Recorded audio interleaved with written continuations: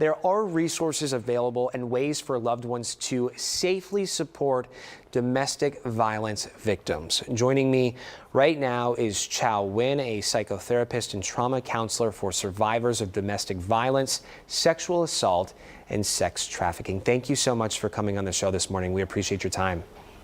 Thank you, Zach. I will tell you that I want your viewers to know that this young woman who was the innocent bystander, people should know she didn't do anything wrong. Right. She didn't know the predictors of domestic violence. She didn't know he had a gun. She was trying to do right by her friend. And what we know about innocent bystanders, whether it's friends, family members, the dog, police, 1 in 5 of all domestic violence murders are not committed against the intimate partner. It's usually the innocent bystander. So that is a startling statistic to ingest and understand, but you have to be safe, right? Your reporter was talking about calling 911. Did she know that there was a history of domestic violence? Did she know there was that the perpetrator had a gun?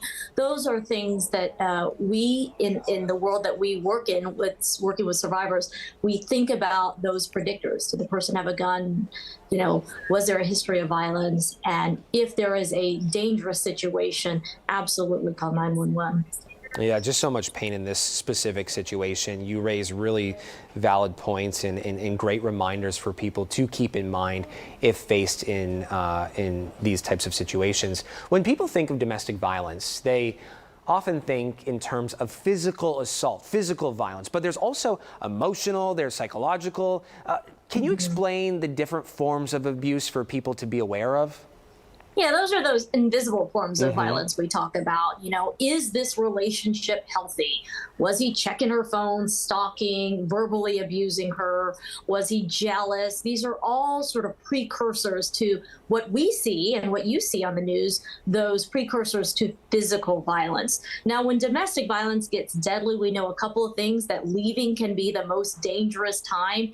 And in this case, it sounds like the victim was in a domestic violence situation. The friend comes over, tries to help, and then sadly she dies. She is wounded and killed, and those are predictors to violence. You know, people don't realize that when you see those things, they are big red flags that something's not right.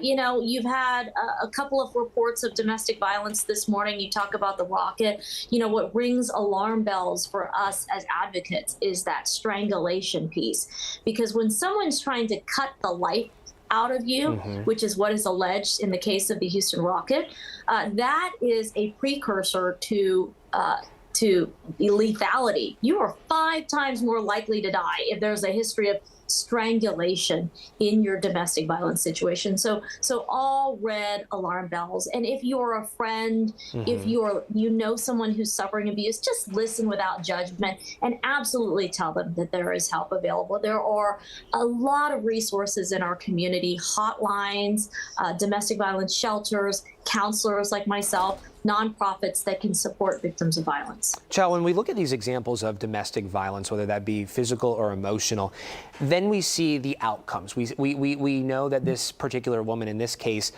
she lived, but her friend is no longer here. Does survivor guilt play a factor into these domestic violence situations as well, with the trauma? Absolutely. I mean, as a survivor, you're just trying to manage your relationship, right? I always say love is complicated. Don't just say it's easy as a friend or as a family member, say just leave them. But love is complicated. Listen without support. Listen and know that there is help available.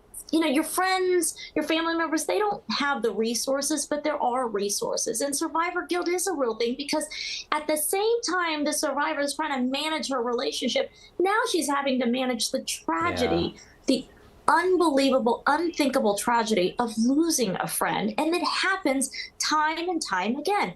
1 in 5 domestic violence victims, homicide victims, are friends and family and children and police. I mean, it affects entire communities. It's not just the private confines of that domestic violence situation and abuse. It affects family members, first responders, communities, schools, what have you. It is a terrible, terrible tragedy for everyone involved. Yeah, a lot of layers impacting a lot of people. I know you mentioned resources, hotlines. Any way for any suggestions on how people can go about connecting to those resources, to those hotlines? Yeah, a lot of times what we hear from survivors is they don't know that they're in a domestic violence situation or they're being abused. So hotlines can offer, those advocates on those hotlines, which are free and confidential, can offer an assessment to know if you are in a dangerous situation, a safety plan so you don't find yourself a victim of domestic violence murder. And there are a lot of questions. They are really fine-tuned to establishing whether or not you're safe and whether or not you're in a domestic violence situation. And sometimes it's just that call and that conversation that could really offer life-saving circumstances and consequences for your well-being. Yeah, it all starts with a conversation, as we say here on KPRC 2+. Now, thank you so much for your time, Chau Nguyen, this morning. We appreciate it.